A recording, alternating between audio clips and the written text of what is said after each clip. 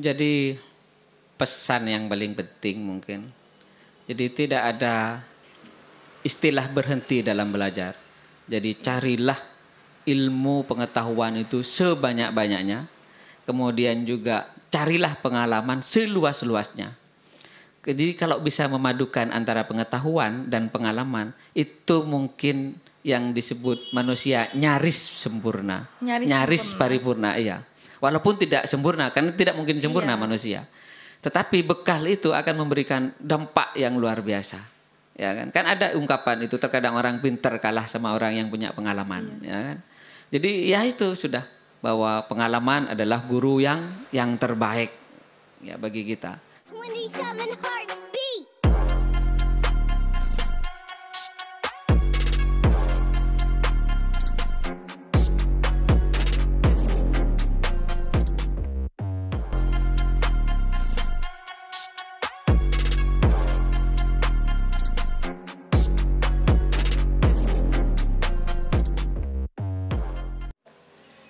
Assalamualaikum warahmatullahi wabarakatuh. Welcome to our channel dan masih tetap bersama saya Fazlul Farahiyah Adaimah di podcast Manjas Family.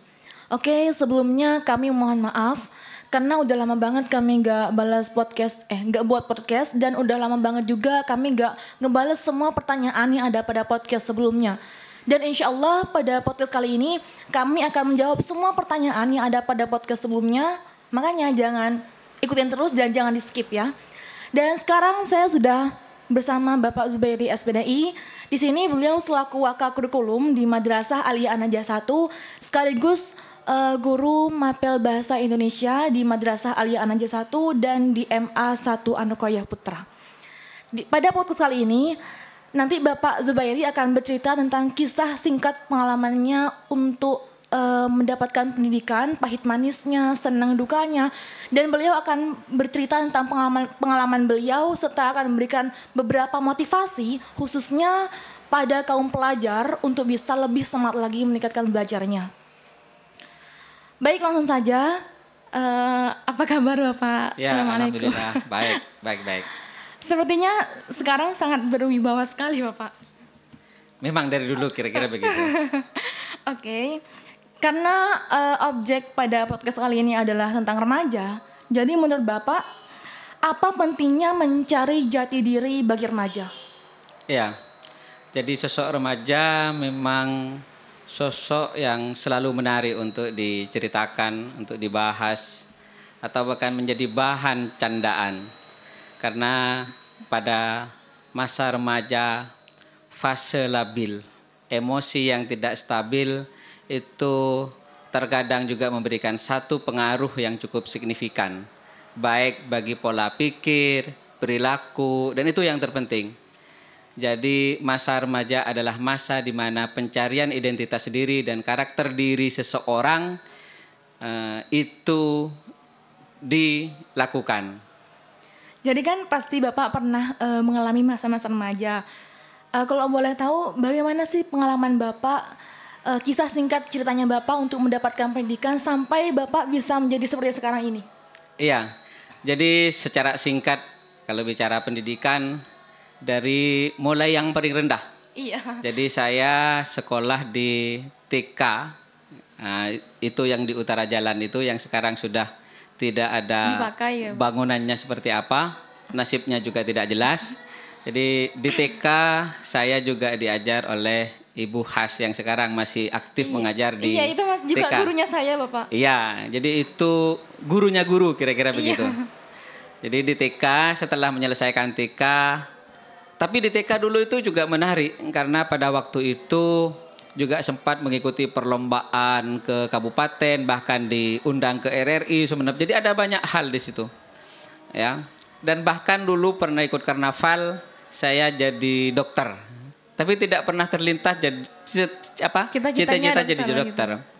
Nah, kemudian beralih ke tingkat MI. Jadi pada waktu itu jadi sekolah MI-nya itu waktu sore setelah asar, kemudian paginya itu sekolah SD. Di An-Najah, Pak? Iya, tetap di An-Najah.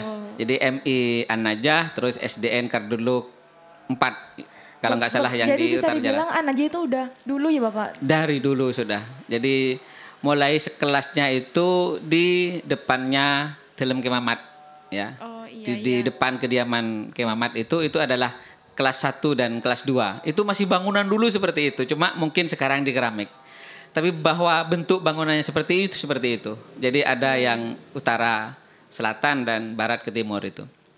Jadi menamatkan SD dan MI sekaligus pada waktu itu, baru kemudian pindah ke MTS 1 An-Najah ya, MTS An-Najah 1. Jadi emang udah ada MTS? Udah ada. Tapi jadi, kalau MA-nya Bapak?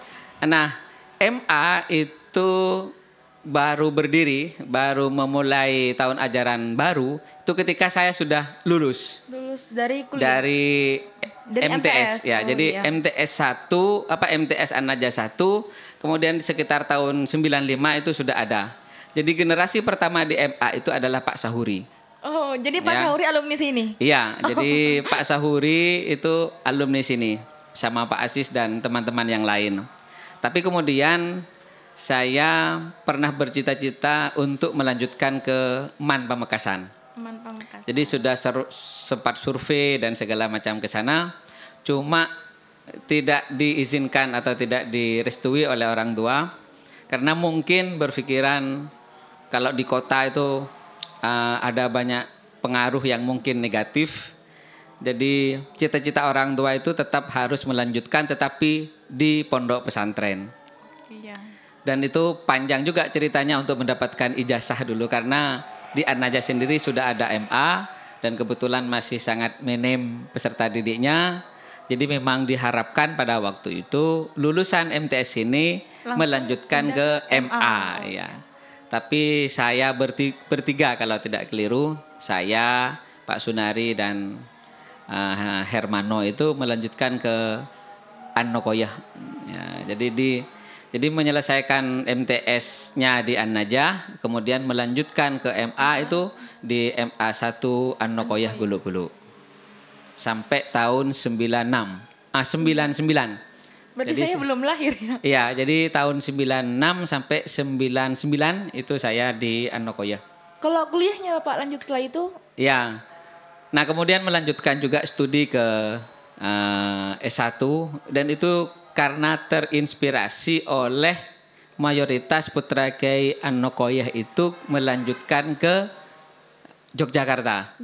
Ada yang di IAIN dulu, ada kemudian yang di UGM. Tapi bukannya orang tuanya sampean itu kurang setuju kalau keluar mungkin ikut pengaruhnya negatif itu enggak Bapak? Nah, pilihan tentang kuliah itu sudah sepenuhnya dan kemudian memberikan kepercayaan kepada saya untuk melanjutkan studi di mana saja. Oh, jadi enggak ada keterikatan tentang pengaruh negatifnya itu tadi? Iya, sudah tidak berpikir seperti itu karena ini mungkin berpikiran jauh ke depan ya kan. Jadi pada waktu itu memang pilihannya 2. Kalau tidak di Yogyakarta itu di Malang. Karena sebagian atau rata-rata sepupu saya itu ada di Malang. Seperti Pak Mas'ud, Bucu dan kemudian Im itu kemudian ada di Malang.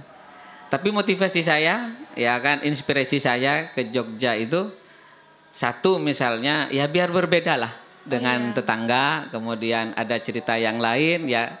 Kemudian dekat juga dengan para putra kiai. Jadi biar tetap jalinan komunikasi silaturahim kami dengan para masyayikh di An-Nokoyah misalnya itu tetap terjalin melalui putra-putra beliau yang ada di Yogyakarta. Iya. Berarti sangat strategis sekali ceritanya ya Bapak. Dan kalau dikaitkan dengan remaja sekarang, bagaimana menurut Bapak optimisme Bapak terhadap remaja yang sudah ada pada saat sekarang? Ya, memang salah satu hal yang paling penting dalam hidup itu kan memang memiliki rasa optimisme, bukan pesimisme. Jadi bagaimana Anda kemudian mau menghadapi kehidupan ke depan, ya kan? Kemudian tantangan ke depan, kalau tidak optimis ya, kalau tidak punya sikap optimis, maka kemudian tidak akan pernah menyelesaikan satu persoalan yang Anda miliki. Jadi optimisme itu penting untuk melangkah ke depan yang lebih baik dan lebih maju. Tentu demi masa depan kita sendiri. Iya. Nah itu, jadi optimisme itu penting. Penting ya. Ya. Dan kalau menurut Bapak apa sih perbedaan suasana pendidikan pada masa sekarang sama masanya Bapak gitu Bapak? Iya. Jadi memang sudah jauh berbeda. ya zaman juga memberikan satu pengaruh yang besar terhadap mungkin semangat, motivasi dalam hal belajar atau meraih satu pengetahuan. Di sisi lain juga yang yang agak patut ya kan disayangkan itu adalah sikap moralitas atau akhlakul karimah. Itu jauh berbeda. Jadi pertama misalnya semangatnya, kemudian juga akhlakul karimahnya. Jadi mungkin kalau mau dikomparasikan, dibandingkan dengan peserta didik di zaman dulu, di zaman saya itu, ya kan, kalau mau bicara barokah itu mungkin ya Lebih kerasa banget ya. Jadi apa yang dipelajari dulu mungkin kita tidak paham, tidak tahu, tapi bersamaan dengan jalannya waktu, lambat laun itu memberikan satu bentuk pemahaman terhadap kita apa yang kemudian kita pernah pelajari di zaman dulu. Dan itu selalu menginspirasi, selalu mengilhami dan selalu datang pemahaman informasi itu sehingga menjadi bahan kita untuk merenungkan satu kehidupan yang kita jalani saat ini. Kalau sekarang mungkin ya porsinya dalam waktu 24 jam tinggal dipilah dan dipilih itu. Sejauh mana ya kan Anda dengan predikat Anda sebagai pelajar itu belajar pengetahuan. Mungkin juga itu pengaruh lingkungan. Jelas-jelas berbeda. Orang yang hidup di lingkungan pesantren dengan di luar pesantren itu jelas beda. Ya kan? Tapi kan menurut sebagian orang itu di luar pesantren itu pengalamannya lebih banyak, pengetahuannya lebih banyak dibanding dengan di dalam pesantren. Apalagi kalau dalam aspek kuliah bisa dibilang gitu. Kalau kuliah iya, mungkin iya dari sisi pengalaman. Karena teman berbeda, lingkungan berbeda dan segala macam. Tapi kalau masih di tingkat MA, SMA yang kemudian itu tempat belajarnya berdekatan, pengalaman apa yang kemudian bisa diraih? Oh iya. Hanya dari rumah ke madrasah, dari rumah ke sekolah. Tapi kalau di luar, ya kan selain memang lingkungan yang sangat dinamis, misalnya teman-teman kita beragam dari Sabang sampai Merauke bahkan dari luar negeri, maka disitulah selain pengetahuan maka ada pengalaman yang paling penting. Ya berarti kan? bisa digarisbawahi kalau kita udah keluar dari SMA kita udah bisa membentengi diri kita buat masukan dari hal-hal negatif gitu ya Pak? Semuanya tergantung pada pribadi. Semuanya kan tergantung pada pribadi. Tetapi bekal pengetahuan, bekal akhlak, bekal yang lain-lain yang sudah kita dapatkan di madrasah atau di pesantren, di sekolah itu menjadi benteng yang paling kuat, menjadi protektif kita. Ya kan, mana yang baik untuk kita, mana yang tidak baik untuk kita.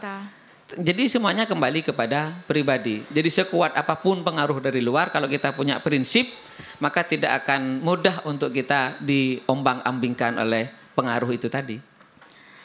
Pengalaman yang paling berkesan di tengah Bapak proses memperjuangkan pendidikan Bapak itu apa yang sekarang itu menjadi patokan selama hidup Bapak itu? Iya. Jadi hal yang paling penting sebenarnya kalau kita menjalani satu kehidupan itu ya fokus keseriusan. Iya. Jadi ada fokus, ada keseriusan. Di sisi lain ya keistiqomahan kita. Jadi kalau kita misalnya punya cita-cita, itu kan kita harus perjuangkan. Iya, gitu. Perjuangkan. Iya, jadi harus diperjuangkan. Dan bahkan mungkin kita harus mengorbankan diri untuk apa yang memang itu yang dicita-citakan. Jadi itu yang paling mendasar saya pikir ketika kita punya cita-cita besar, ya kan. Dan harus dimulai itu.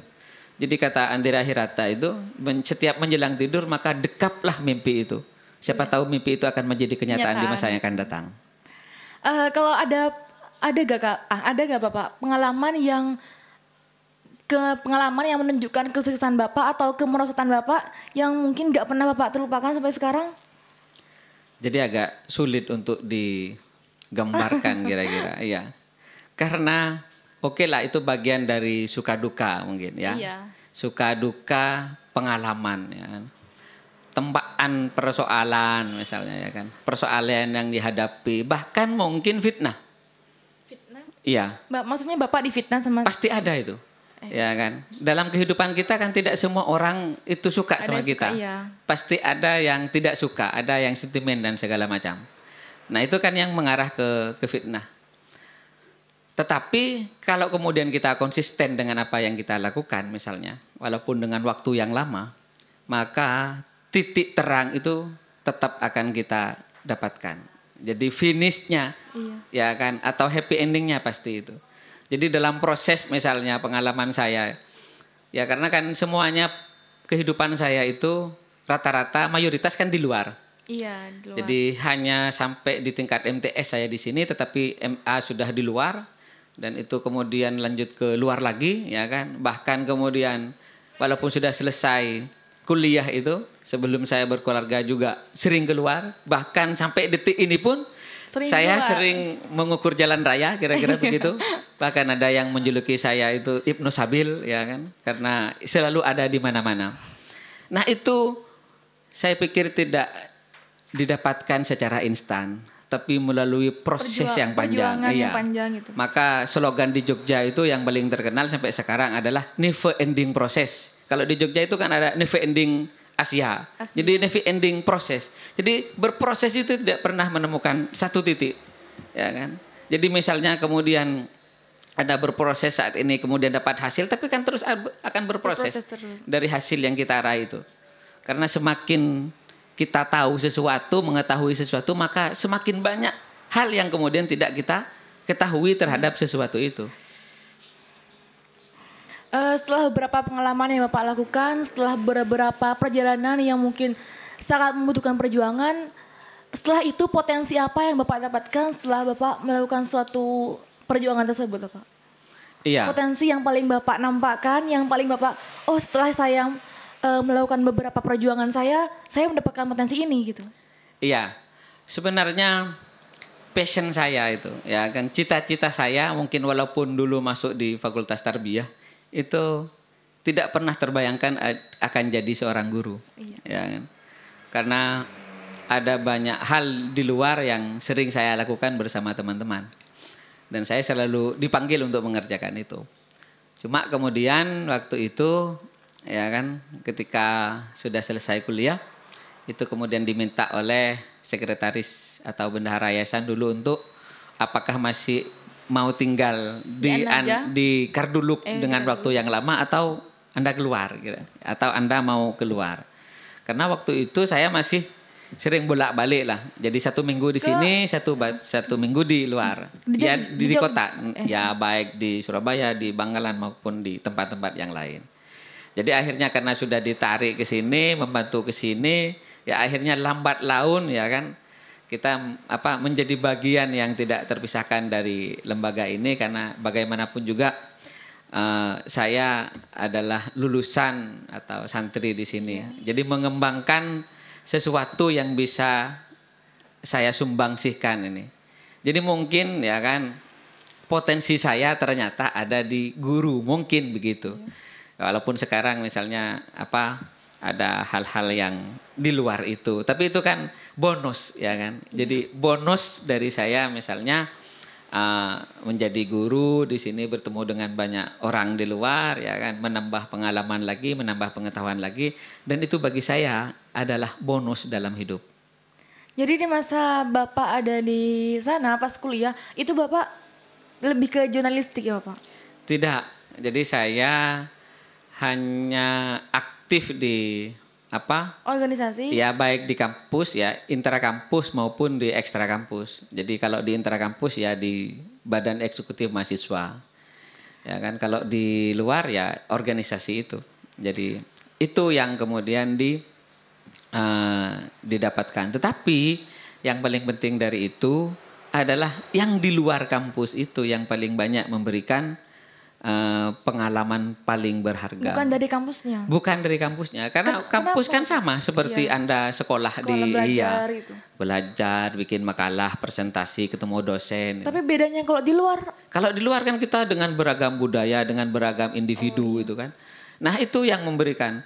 Bahkan misalnya kalau kita kemudian punya relasi, punya teman yang itu di luar kampus, artinya beda kampus, UGM misalnya, ya kan, UII dan segala macam. Jadi kalau di luar kampus bisa organisasi, di satu organisasi itu bermacam-macam asalnya kuliah gitu ya? Enggak, kalau di kampus itu kan memang ada, tetapi kita kan kemudian membangun koneksi dengan yang lain, membangun jejaringan, relasi, iya. Jadi kita punya teman misalnya kuliah kampus di sana, kita kemudian ketemu teman di sana dan segala macam. Nah, varian itu ya kan bagian dari perjalanan itu kan yang paling penting dan paling berharga. Jadi kita punya teman orang Bali, bahkan orang luar negeri pun sampai sekarang saya masih bisa berhubungan, video callan dan segala macam. Karena kalau organisasi itu memang sangat dibutuhkan ya Bapak. Ya, organisasi itu saya pikir penting, cuma bagaimana Anda memanage waktu saja. Jadi kalau hanya Anda kuliah tetapi datang dari rumah atau dari kos ke kampus, ya sama dengan Anda belajar di tingkat sebelumnya. Iya. Tapi kalau Anda aktif misalnya ya kan di organisasi baik intra maupun ekstra, syaratnya hanya satu, Anda bisa membagi saja. Ya, membagi waktu ya kan, yang tidak mengganggu konsentrasi Anda kuliah dan misalnya cita-cita Anda kuliah. Jadi mungkin itu yang menjadi perbedaan dari antara sekolah SMA sama kuliah itu di tingkat organisasinya. Iya, lebih lebar dan lebih luas saya pikir itu. Jaringannya juga sudah masuk kepada tataran yang lebih tinggi ya kan. Kalau Anda di MA misalnya, hubungan vertikalnya kan hanya ke kepala. Iya. Ya kan, kalau di sana itu kan bisa ke mana-mana, birokrasi, politisi, ya kan, kemudian bisnismen dan segala macam. Kita membangun relasi yang ke sana itu. Kalau kembali pada remaja, apa sih yang Bapak khawatirkan pada kondisi remaja di zaman sekarang? Nah, yang paling mengkhawatirkan adalah perilakunya, ya kan, akhlakul karimanya. Ini yang makanya ada istilah dekadensi moral, ya kan, moral yang sudah merosot dan segala macam. Nah, ini yang perlu kita benahi sebenarnya, baik yang masih belajar maupun yang tidak belajar. Itu yang paling dikhawatirkan karena ini akan berpengaruh ya kepada kepribadian yang dia miliki dan kemudian kepada orang lain yang ada di sekitarnya akan mendapatkan pengaruh akibat dari apa yang kemudian Anda lakukan. Yang paling penting kan itu. Ya, karena di atas pengetahuan itu memang ada yang namanya akhlakul karimah. Iya. Ya, di atas pengetahuan sepintar apapun Anda, sealim apapun Anda, kalau tidak memiliki akhlakul karimah, nonsen. Nol besar. Karena banyak orang-orang pintar tapi akhirnya mereka korupsi gitu. Lah, itu salah satu contoh misalnya bahwa semakin tinggi pendidikan seseorang itu belum tentu menjadi jaminan bahwa dia akan baik. Iya, bisa saja membodohi orang-orang gitu ya. Jadi belum tentu itu kan. Sealim apapun, sepintar apapun, itu belum bisa menjamin bahwa dia adalah orang baik. Ya contohnya itu. Banyak guru besar misalnya yang korupsi. Ada kemudian misalnya cerita pengasuh pesantren ya kan bertindak yang di luar batas kepada santrinya dan segala macam. Kan banyak dan itu sudah diekspos di mana-mana. Ya kan? Kalau Bapak sendiri bagaimana langkah Bapak untuk mengapresiasi peserta didik yang memang aktif dan berprestasi dibanding dengan peserta didik yang memang perilakunya itu sangat dekadensi sekali? Iya. Sebenarnya kalau dalam pendidikan itu tidak ada pembedaan. Kalau dalam sisi perlakuan, ya kan sama di kelas itu perlakuannya sama. Mungkin cara menerimanya aja yang berbeda. Metodenya gitu? Ya, bukan. Ketika misalnya kita ngasih pelajaran dan segala macam kan, mungkin potensi mereka, keseriusan mereka, cara menyerapnya itu kan yang berbeda. Dan mungkin itu yang memberikan efek, ya kan. Dan tidak semua kemudian apa yang mereka terima itu kan masuk semua, ya kan. Jadi kalau kemudian mengapresiasi iya, jadi memang dalam dunia pendidikan pun ada istilah reward dan punishment. Jadi yang berprestasi kita apresiasi misalnya, yang kemudian tidak berprestasi bagaimana kemudian dimotivasi, ya kan. Ada gairah, ada semangat untuk bisa berprestasi, gitu. Bapak bisa memberikan motivasi kepada teman-teman untuk mungkin bisa lebih membukakan hatinya untuk lebih pada tetap dalam memperjuangkan ilmunya gitu Bapak. Iya, jadi pesan yang paling penting mungkin. Jadi tidak ada istilah berhenti dalam belajar. Jadi carilah ilmu pengetahuan itu sebanyak-banyaknya. Kemudian juga carilah pengalaman seluas-luasnya. Jadi kalau bisa memadukan antara pengetahuan dan pengalaman, itu mungkin yang disebut manusia nyaris sempurna. Nyaris paripurna, iya. Walaupun tidak sempurna, karena tidak mungkin sempurna manusia. Tetapi bekal itu akan memberikan dampak yang luar biasa. Ya kan? Kan ada ungkapan itu, terkadang orang pintar kalah sama orang yang punya pengalaman. Ya kan? Jadi ya itu sudah, bahwa pengalaman adalah guru yang terbaik ya bagi kita. Jadi ambil sisi positifnya. Jadi jangan kemudian, ya karena dari pengalaman itu kan kita membuka diri kita seluas-luasnya kepada dunia luar. Ya kan? Ke teman dan segala macam. Dan saya merasakan betul itu yang namanya pengalaman. Kegunaannya pengalaman, iya. manfaatnya pengalaman. Gitu. Pengalaman itu bagi saya itu luar biasa sampai detik ini. Jadi saya tidak pernah lelah misalnya untuk terus belajar dan menambah pengalaman. Jadi juga bisa di-share ke teman-temannya, ke orang-orang lain, pengalamannya Bapak bisa juga menjadi sebuah ilmu yang bisa menjadi patokan orang lain. Jadi jangan teman-teman yang buat apa pengalaman, karena itu pengalaman sangat penting ya. Dan selanjutnya kami akan menjawab semua pertanyaan yang ada pada podcast sebelumnya.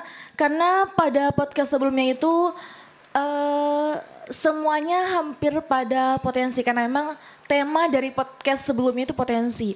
Menurut Bapak pendeskripsian potensi itu apa? Ya, potensi itu satu hal yang memang ada pada diri seseorang. Ya kan, potensi. Cuma kita tidak pernah menggali potensi apa yang kita miliki. Jadi semuanya kan punya kelebihan dan kekurangan. Iya. Nah, potensi itu bagian sebenarnya dari kelebihan kita yang tidak pernah terungkap kepada orang lain. Yang itu harus diusahakan, dan itu harus digali, ya kan? Iya. Apa sebenarnya potensi yang saya miliki? Dan harus dicari itu. Saya misalnya pidato, coba di pidato. Oh, ternyata enggak. Cari ke puisi. Oh, ternyata tidak. Cari ke ke hal-hal yang lain yang kira-kira kemudian Anda menemukan satu potensi yang bisa Anda kembangkan di situ. Oke, di sini pertanyaan pertama ada dari Free Fair in Kaduluk.